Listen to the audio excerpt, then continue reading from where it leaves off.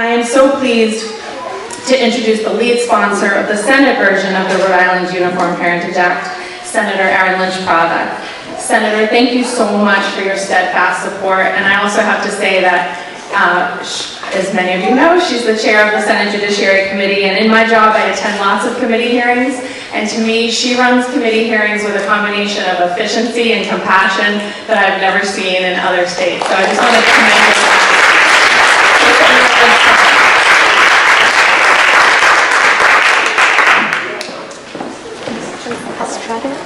Thank you so much for having me here today, and I know I'm probably the last person you need to hear from. You people live this issue. This is something that is so important to so many families throughout the state of Rhode Island.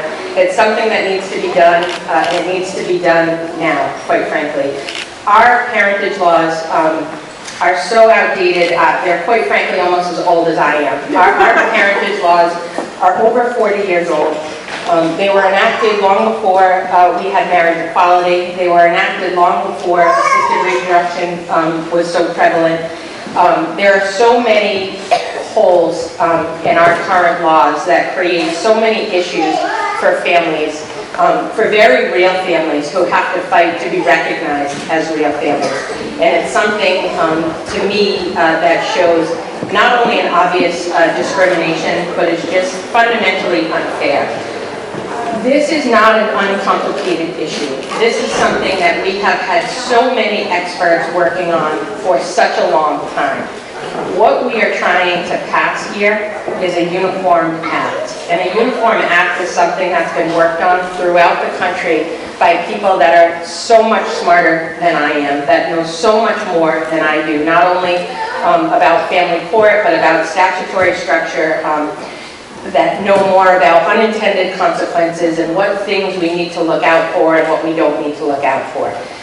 I don't have to be the one to tell you that the devil is in the details. It would be very easy for everybody to get up here and say, we all agree with the Uniform Parentage Act. We all want good things and we all want to be against bad things. And let's all get along and let's make sure that everyone can be recognized as the family that they are.